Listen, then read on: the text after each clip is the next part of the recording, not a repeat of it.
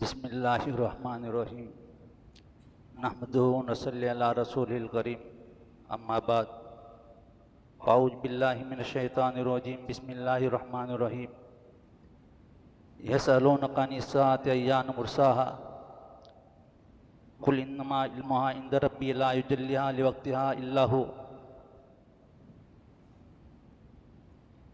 सदक़ल्लाहुल अज़ीम।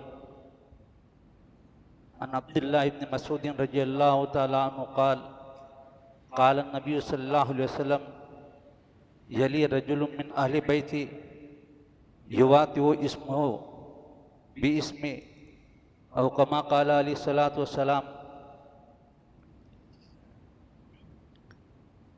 मोहतरम दोस्त बुजुर्गो, इंसान का वजूद दुनिया में क़यामत तक है। इसी तरीके पर इस दुनिया में जो भी नक्शे नज़र आते हैं, इन तमाम नक्शों का वजूद सिर्फ क़यामत तक है। जब क़यामत कायम होगी, उस वक्त पूरी दुनिया में इंसान खत्म हो जाएंगे, पहाड़ों का निज़ाम खत्म हो जाएगा, चांद और सूरज का निज़ाम खत्म हो जाएगा। दुनिया में जितने भी इंतजामात दिखाए जाते हैं सारे खत्म हो जाएंगे। अब क़यामत कब आएगी, इस सिलसिले में यकीनी तारीख के साथ में आप सल्लल्लाहु अलैहि वसल्लम ने भी बयान नहीं फरमाया। एक हदीस जिब्राईल है जिसमें जिब्राईल अलैहिस्सलाम ने आकर के जनाब नबी करीम सल्लल्लाहु अलैहि वसल्लम से मुख्तलिफ सवालात किए।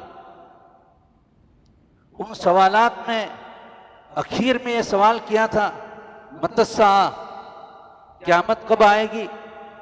तो उसके जवाब में आपने इरशाद फरमाया था, मल मसूल अन्हा बिअअला मिनस साइल, यानी क़यामत के यकीनी तारीख के बारे में मैं और फरिश्ता दोनों बराबर है। इस हदीस का ये मफ़हूम है। अलबत्ता क़यामत के सिलसिले में दो किस्म की निशानियां नबी करीम सल्लल्लाहु अलैहि वसल्लम ने उम्मत के सामने बयान फरमाई हैं। एक तो वो निशानियां हैं जो क़यामत से बहुत पहले की है, और दूसरी वो किस्म की निशानियां हैं जो बिल्कुल कुर्बे क़यामत में ज़ाहिर होगी। जो क़यामत से बहुत पहले की निशानियां हैं, इन निशानियों में खुदा सल्लल्लाहु अलैहि वसल्लम ने इरशाद फरमाया, अन वस्सा कहातैन, कि मैं और क़यामत दोनों इन उंगलियों की तरह से हैं। तो आपने वुस्ता और सब्बाबा और शहादत की उंगली के जरिए से आपने इशारा फरमाया कि जिस तरीके पर ये दोनों उंगलियां करीब हैं, इसी तरीके पर फिर इसके अलावा आप सल्लल्लाहु अलैहि वसल्लम ने और भी निशानियां बयान फरमाई।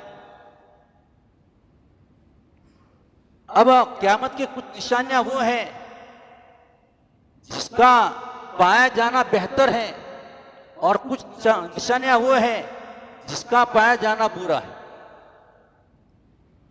और वो जो निशानियां बिल्कुल क़यामत से करीब होगी, वे हदीस पाक में आप सल्लल्लाहु अलैहि वसल्लम ने 10 निशानियों का तज़किरा किया। धुएं का निकलना, जमीन के अंदर जलजलों का होना, हज़रत ईसा अलैहिस्सलाम का पाया जाना, आसमान से उतारा जाना, हज़रत मेहदी का दुनिया में आना, दज्जाल का पैदा होना और उसका सुफियानी लश्कर का जमीन के अंदर धसाया जाना, इस तरीके की कुछ निशानियां हैं जो आप सल्लल्लाहु अलैहि वसल्लम ने इरशाद फरमाई, ये बिल्कुल कुर्बे क़यामत में हो।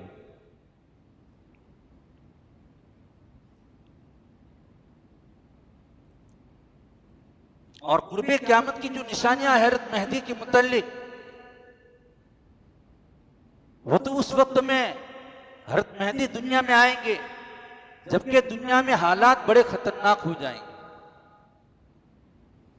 और इतने खतरनाक होंगे कि पूरी दुनिया पर ईसाइयों की हुकूमत हो जाएगी और ईसाइयों का गलबा हो जाएगा और कत्लो गारतगिरी बढ़ जाएगी और मुसलमान बहुत परेशानी के आलम में होंगे। तो उस वक्त में हज़रत मेहदी का ज़ुहूर होगा।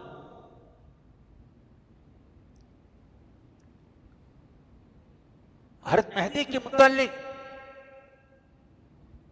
आप सल्लल्लाहु अलैहि वसल्लम ने बहुत सारी निशानियां बयान फरमाई और इस वक्त में हज़रत मेहदी के मुतालिक बयान करने की जरूरत इसलिए पेश आई कि आज इस वक्त में भी हिंदुस्तान और बैरूनी हिंद में ऐसे अफराद हैं और ऐसे दज्जाल और कज्जाब हैं जो मेहदी होने का दावा करते हैं और ऐसे दावे करने वाले खुद आप सल्लल्लाहु अलैहि वसल्लम के आखिरी जमाने में मुसलमा ने नबूवत का दावा किया, अस्वद अंसी ने नबूवत का दावा किया और ऐसे दावे करने वाले दुनिया में पैदा होते रहते हैं। और इस वक्त में भी हिंदुस्तान में भी इस तरह नबूवत के दावा करने वाले, मेहदीयत का दावा करने वाले और ईसा अलैहिस्सलाम होने का दावा करने वाले ये मौजूद हैं। 9वीं सदी तक सिर्फ अहले अरब उसका दावा किया करते थे और इसके बाद में 8वीं सदी तक और 9वीं सदी में फिर हिंदुस्तान में एक शख्स ने हज़रत मेहदी होने का दावा किया। यानी आज से तकरीबन 550 साल पहले उसने मेहदी होने का दावा किया था और हज़रत मेहदी के मुतालिक आप सल्लल्लाहु अलैहि वसल्लम ने सराहतन उनकी क्या अलामतें हैं और उनकी क्या निशानियां हैं और वो कहाँ पैदा होंगे और कौन से खानदान के साथ में उनकी निस्बत होगी, उनका नाम क्या होगा, उनके अब्बा का नाम क्या होगा, आप सल्लल्लाहु अलैहि वसल्लम ने तफसील के साथ में इसको बयान किया है। लेकिन इसके बावजूद मुसलमानों में ऐसे दज्जाल कज्जाब पैदा होते रहते हैं जो खुद को मेहदी कहते रहते हैं और खुद को ईसा कहते रहते हैं। 9वीं सदी में हिंदुस्तान में मोहम्मद जौनपुरी पैदा हुआ। यूपी में जौनपुर एक जिले का नाम है, वहां पर पैदा हुआ और उसने खुद के मेहदी होने का दावा किया।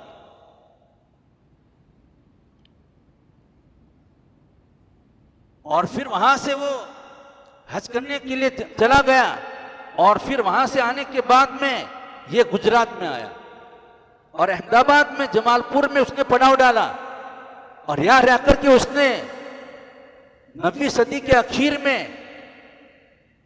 एक फिरका जिसको मेहदवी कहा जाता है उसने बुनियाद डाली। यहां तक कि उसने कलमा भी बदल डाला और इसके मानने वाले शिमाली गुजरात में भी हैं और कुछ राजस्थान में भी हैं। और अगर उनकी बुनियादी अकायद को देखा जावे तो ऐसी सूरत में हम इनको मुसलमान नहीं कह सकते, लेकिन उनके अकायद क्या है खुद फिरके मेहदवी के मानने वालों को मालूम नहीं। और शिमाली गुजरात में बहुत सारे देहात हैं जो अपने आप को ये कहते हैं कि हमारा ताल्लुक फिरके मेहदवियत के साथ। और जो लोग ये मानते हैं कि हज़रत मेहदी अलैहिस्सलाम पैदा हो चुके हैं, ये गलत है। हज़रत मेहदी के मुतालिक एक तो हमारा अकीदा है, अहले सुन्नत वल जमात का अकीदा है। अहले सुन्नत वल जमात का जो अकीदा है वो है कि इस वक्त में वो पैदा नहीं हुए और हज़रत मेहदी तो वो होंगे कि जिनके बारे में आप सल्लल्लाहु अलैहि वसल्लम ने जो जो निशानियां बयान की हैं, अगर वो उनके अंदर पाई जावे तब जाकर के हम उनको मेहदी माने। इससे पहले अगर कोई शख्स मेहदी होने का दावा करते हैं हम उसको दज्जाल कज्जाब कहेंगे और उसको काफिर कहेंगे।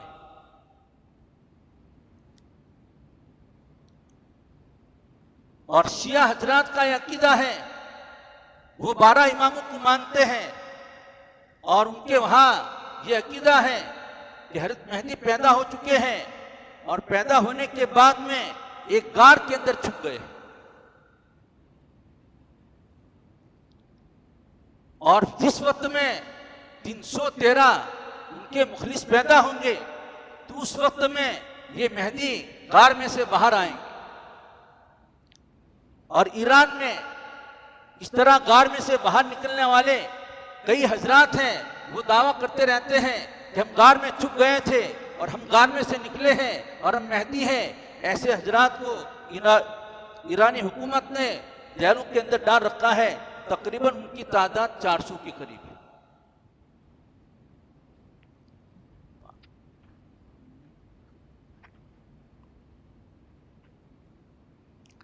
तो उनकी तादाद 400 के करीब है।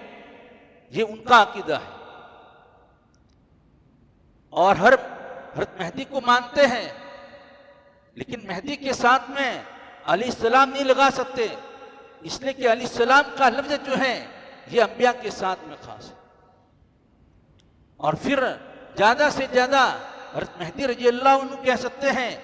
और रजी अल्लाह का लफ्ज भी जो है, जो हजरात फौत हो चुके हैं उनके बारे में हम कहते हैं कि अल्लाह ताला उनसे राजी है।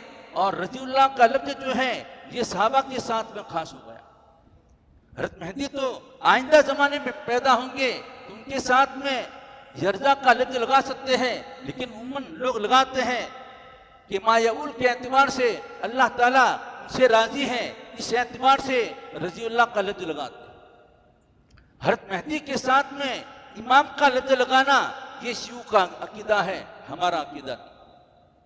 लेकिन फिर भी हमारी किताबों में बाद मौके पर उनकी किताबों से बातें नकल होती हुई हम तक पहुंचती हैं और वो जो अल्फाज उनके हैं वो अल्फाज हम इस्तेमाल करते हैं और इमाम मेहदी कहते हैं। तो बहरहाल कहना हज़रत मेहदी रज़ी अल्लाह अन्हु कहना चाहिए। कादियानी हजरात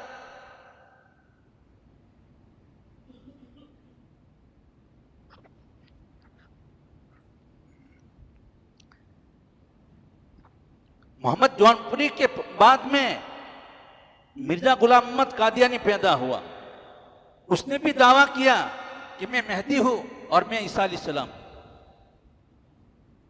और उसने अपने एक गलत मजहब की बुनियाद डाली। मौदूदी का अकीदा है, क्योंकि उसने देखा कि मेरे अंदर वो तमाम अलामतें जो हज़रत मेहदी के मुतल्लिक अहादीस में है ये नहीं पाई जाती। उसने मेहदी होने का इनकार कर दिया कि आइंदा जमाने में कोई मेहदी नहीं पैदा हो। और हमारा अकीदा है कि हज़रत मेहदी रज़ी अल्लाह अन्हु पैदा होंगे, लेकिन बिल्कुल कुर्बे क़यामत में पैदा होंगे। 3 निशानियां एक वक्त में जाहिर होगी। हज़रत मेहदी पैदा होंगे तो उस जमाने में दज्जाल पैदा हो चुका होगा और उसी जमाने में हज़रत ईसा अलैहिस्सलाम आसमान ऊपर से या जमीन पर उनको उतारा जाए। हज़रत मेहदी रज़ी अल्लाह तआला अन्हु के मुतल्लिक जो अलामतें हैं, इब्ने माजा की रिवायत में आप सल्लल्लाहु अलैहि वसल्लम ने इरशाद फरमाया मिन गुल्द फातिमा अल महदी मिन गुल्द फातिमा, कि हज़रत मेहदी हज़रत फातिमा रज़ी अल्लाह तआला अन्हा के औलाद में से। अब हज़रत फातिमा रज़ी अल्लाह तआला अन्हा के औलाद में हज़रत हसन हुसैन ये इनके बेटे हैं। एक और हदीस पाक में आता है कि हज़रत हसन के औलाद में से। हज़रत अली रज़ी अल्लाह तआला अन्हु की एक और रिवायत जो इब्ने माजा ने रिवायत की है और वे हैं अल महदी मिन्ना अहलल बैत, कि हज़रत मेहदी जो है हमारे अहले बैत में से पैदा होंगे। तो गोया आप सल्लल्लाहु अलैहि वसल्लम के नस्ल में से हज़रत फातिमा रज़ी अल्लाह तआला अन्हा के औलाद में से ये हज़रत मेहदी पैदा होंगे। अब ये तो ये अलामत बयान की गई। एक और बात की तरफ मैं आपको निशानदेही कर रहा हूं जो इस वक्त में फिरका पाया जाता है, वो है शकील बिन हनीफ का। ये शकील एक शख्स है जो बिहार का रहने वाला है, दरभंगा का रहने वाला है और उसने वहां से दिल्ली कारोबार के सिलसिले में आया और एक मोहल्ले में उसने पड़ाव डाला, नबी करीम मोहल्ले में उसने पड़ाव डाला और कुछ दीनदारों के साथ उसका रब्ता पैदा हुआ और फिर उसने खुद के मेहदी होने का दावा किया।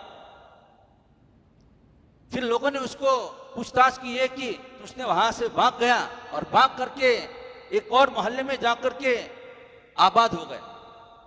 कुछ दिनों तक वो दीनदारों के साथ में रहा और वहां भी उसने ये कहा कि मैं मेहदी हूं, मैं ईसा हूं। वहां एक मीनार वाली मस्जिद में उलमाए किराम जमा हुए, दीनदार जमा हुए। उलमाए किराम ने वो अलामतें जो हज़रत मेहदी के मुतल्लिक है सबके सामने बयान किया, तो मालूम हुआ कि ये झूठा दावा कर रहा है और इसको पकड़ा गया और पकड़ने के बाद में उसकी पिटाई की गई और उसका हलक करवाया गया। और इसके बाद में दूसरे दिन जिन जवानों को मुकर्रर किया कि वो रेलवे स्टेशन पर जावे और उसको रवाना कर देवे ताकि बिहार चला जावे और दिल्ली में ऐसा कोई गुमराही न फैलावे।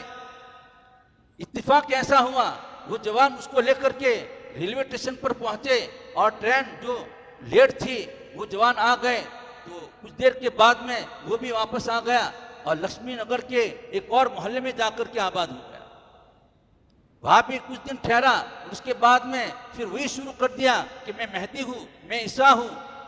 फिर वहां के लोगों ने उसको भगाया। इसके बाद में महाराष्ट्र में, फिर बंबई में इस तरह अलग अलग घूमता रहा और इस वक्त में वो औरंगाबाद में उसने कयाम किया हुआ और उसके नुमाइंदे पूरे हिंदुस्तान ही में घूम रहे हैं और अहमदाबाद में भी उसके नुमाइंदे घूम रहे हैं और मुसलमानों की ईमान को खराब करते हैं और सूरत के अंदर ऑफिस बना रखी है और इससे मालूम होता है कि उसकी पुष्टपनाही इस्लाम दुश्मन ताकतें कर रहे हैं और पैसों के जरिए से उसका ताउन कर रहे हैं और वो खुद छुप गया है। और ऐसे अफराद अहमदाबाद में भी पाए जाते हैं। माशाअल्लाह उनकी दाढ़ियाँ होती हैं, लंबा जुब्बा होता है और इस तरह वो अलामत क़यामत को बयान करते हैं और फिर कहते हैं इतने खतरनाक अहवाल मुसलमानों पर हैं और ऐसे हालात में तो हज़रत मेहदी, हज़रत ईसा अलैहिस्सलाम दुनिया में आने वाले थे और वो तो आ चुके हैं, लेकिन तुम बैत कर लो। इस तरह लोगों को अपनी तरफ माइल करते हैं और लोगों को गुमराह करते हैं। तो इस वक्त में ये फ़िरका पाया जा रहा है इसके मुतल्लिक, इसीलिए मैं हज़रत मेहदी के मुतल्लिक ये हालात को बयान कर रहा हूँ। अब ये शकील बिन हनीफ तो बिहार का रहने वाला है। उम्मे सलमा रज़ियल्लाहु तआला अन्हा के हदीस में जो आप सल्लल्लाहु अलैहि वसल्लम की बीवी हैं, उम्मे सलमा रज़ियल्लाहु तआला अन्हा ने फरमाया कि आप सल्लल्लाहु अलैहि वसल्लम ने इरशाद फरमाया कि जिस वक्त खतरनाक हालात होंगे तो उस जमाने में एक शख्स पैदा होगा जो मदीना का रहने वाला होगा और फिर वो शख्स हज़रत मेहदी होंगे और वहां से निकल करके कहीं ऐसा ना हो कि लोग उनके हाथ पर बैत कर लेंगे, वो मदीना छोड़ करके मक्का की तरफ चले जाएंगे। हार बिन इला मक्का, मक्का जाने के बाद में फयाती अहल मक्का फयाती नास मिन अहले मक्का, कि अहले मक्का के लोग हज़रत मेहदी के पास में आएंगे और उनको निकालेंगे और निकालने के बाद में मकाम इब्राहिम और हजर अस्वद के दरमियान में उनसे बैत करेंगे। ऐसे अल्फाज कई हदीसों में आए। तो वो तो मदीना के रहने वाले होंगे। मिर्जा गुलाम मोहम्मद कादियानी हिंदुस्तान का रहने वाला था और ये शकील बिन हनीफ जो इस वक्त में नागपुर में बैठा हुआ है और एक मकाम है वहां पर ठहर करके पूरे हिंदुस्तान में फितना फैला रहा है। हो सकता है ऐसे कुछ मुसलमान उनकी मुतासिर हो जावे, इसके लिए जानने की जरूरत है। वो मदीना के रहने वाले होंगे और फिर मक्का जाएंगे और बैत जो होगी मकाम इब्राहिम हजर अस्वद के दरमियान में, और ये जो दावा करने वाला है उसने अभी तक हज नहीं किया और इसका नाम तो क्या है, शकील बिन हनीफ। तिरमिजी की रिवायत है, अब्दुल्लाह इब्न मसूद रज़ियल्लाहु तआला अन्हु फरमाते हैं यली मिन अहली बैती रजुलुन युआतियु इस्मुहु बिइस्मी। आपने इरशाद फरमाया कि मेरे अहले बैत में से एक शख्स पैदा होगा जिसका नाम वो होगा जो मेरा नाम है, और आप सल्लल्लाहु अलैहि वसल्लम का नाम मोहम्मद था। तो हज़रत मेहदी पैदा होंगे तो उनका नाम भी मोहम्मद होगा। और एक और रिवायत जो अबू दाऊद की रिवायत है और वो भी अब्दुल्लाह इब्न मसूद रज़ियल्लाहु तआला अन्हु से मनक़ूल है, और उस लंबी रिवायत के आखिर में आपने इरशाद फरमाया कि जो हज़रत मेहदी पैदा होंगे उनके अब्बा का नाम वो होगा जो मेरे अब्बा का नाम है। और आप सल्लल्लाहु अलैहि वसल्लम के अब्बा का नाम अब्दुल्ला है, तो गोया हज़रत मेहदी जो है ये इनका लक़ब होगा और उनका नाम मोहम्मद इब्न अब्दुल्ला। और ये दावा करने वाला जिसका नाम शकील है और उसके अब्बा का नाम शकील बिन हनीफ है, और इतना खतरनाक आदमी है कि एक मौके पर उसके अब्बा उसको दहली मिलने के लिए आए तो उसने उनको मारा और वहां से भगा दिया, और उसके अब्बा ने उसके खिलाफ में बद्दुआ की, जिसकी वजह से इसके ये हाल हो चुके। और खुद के वतन में वो जाने के लिए तैयार नहीं होता है, लेकिन वहां रहते हुए ये गुमराही चारों तरफ फैला रहा है। और अबू दाऊद के हाशिये में ये लिखा हुआ है कि हज़रत मेहदी जो है इनका ताल्लुक उनके वालिद साहब जो है हज़रत हसन रज़ियल्लाहु तआला अन्हु के औलाद में से होंगे, और हज़रत मेहदी की वालिदा जो है हज़रत हुसैन रज़ियल्लाहु तआला अन्हु के औलाद में से, यानी वो हसनी भी होंगे और हुसैनी भी होंगे। इस हदीस को सामने रखते हुए अल्लामा इब्न क़य्यिम रहमतुल्लाह अलैह ने ज़ादुल मआद में ये बयान किया है कि जिस वक्त हज़रत अली रज़ियल्लाहु तआला अन्हु इंतकाल पा चुके और खिलाफत की सिलसिले में हज़रत मुआविया रज़ियल्लाहु तआला अन्हु और हज़रत हसन रज़ियल्लाहु तआला अन्हु के दरमियान में इख्तिलाफ रहा, वो तकरीबन 6 महीने तक उनका इख्तिलाफ रहा, और उस मौके पर हज़रत हसन रज़ियल्लाहु तआला अन्हु ने ये सुलह कर ली और खिलाफत हज़रत मुआविया रज़ियल्लाहु तआला अन्हु को दे दी। तो अल्लाह ताला ने हज़रत हसन रज़ियल्लाहु तआला अन्हु को ये बदला दिया कि कुर्बे क़यामत में पूरी दुनिया के ऊपर जब अहवाल होंगे तो उस वक्त में उनके औलाद हज़रत हसन रज़ियल्लाहु तआला अन्हु के अंदर से मोहम्मद बिन अब्दुल्ला हज़रत मेहदी को अल्लाह ताला पैदा करेंगे, और उनके जरिए से पूरे दुनिया के मुसलमानों के अहवाल सही हो जाएंगे, और ईसाई हुकूमतें और मुसलमान दुश्मनी हुकूमतें ये तमाम मलियामेट हो जाएंगे। तो बहरहाल हज़रत मेहदी रज़ियल्लाहु तआला अन्हु जो है ये मक्का में आने के बाद में बैत करेंगे। जिस वक्त वो बैत करेंगे तो उस वक्त में उनकी उम्र 40 साल की, और उसी वक्त में एक सुफियानी लश्कर दिमिश्क और इराक से आएगा, और जिसका निहाल बनु कल्ब के साथ में उसका ताल्लुक होगा, और वो सुफियानी लश्कर आएगा और मक्का मदीना के दरमियान में मक्का में बैदा में वो आएगा और उसको जमीन में धंसा दिया जाएगा। और आज जितने जेलों में पड़े हैं जो मेहदी होने का दावा करते हैं, ये बताओ कौन सा लश्कर जमीन में धंसाया गया, और वो भी जगह मुतय्यन है। उम्मे सलमा के हदीस में आप सल्लल्लाहु अलैहि वसल्लम ने वो जगह मुतय्यन की है कि मकाम बैदा मक्का और मदीना के दरमियान में वो लश्कर जमीन के अंदर धंसा दिया जाए। और फिर शकील बिन हनीफ मेहदी होने के साथ में कहता है ईसा, और ईसा अलैहिस्सलाम के मुतल्लिक बुखारी की ये अबू दाऊद की रिवायत है, इब्न माजा की रिवायत है, और उसमें आप सल्लल्लाहु अलैहि वसल्लम ने इरशाद फरमाया कि हज़रत मेहदी दुनिया को फतह करते हुए दिमश्क पहुंचेंगे, फजर की नमाज का वक्त होगा। हज़रत ईसा अलैहिस्सलाम 2 फरिश्तों के सहारे से दिमश्क के जामी मस्जिद के सफ़ेद मीनारे के ऊपर उनको उतारा जाएगा, और जिस वक्त उतरेंगे तो उस वक्त उनके पेशानी के ऊपर से और उनके सर के ऊपर से पानी टपकता होगा और फजर की नमाज का वक्त होगा। तो उसमें सरातन कहा गया है कि मीनारे पर 2 फरिश्ते के सहारे से उतारा जाएगा। और ये कमबख्त यूँ कहता है कि उतरने से मुराद चाहे ट्रेन से उतर जावे, चाहे हवाई जहाज से उतर जावे, चाहे साइकिल से उतर जावे, उतरना है कहीं से उतर। हालांकि हदीस में आता है 2 फरिश्तों के परों के ऊपर आप दिमश्क के जाए मस्जिद के सफ़ेद मीनारे पर उतारे जाएंगे और फजर की नमाज का वक्त होगा। अल्लाह ताला हमें शकील के फितने से हिफाजत फरमाए। आखिर दावाना।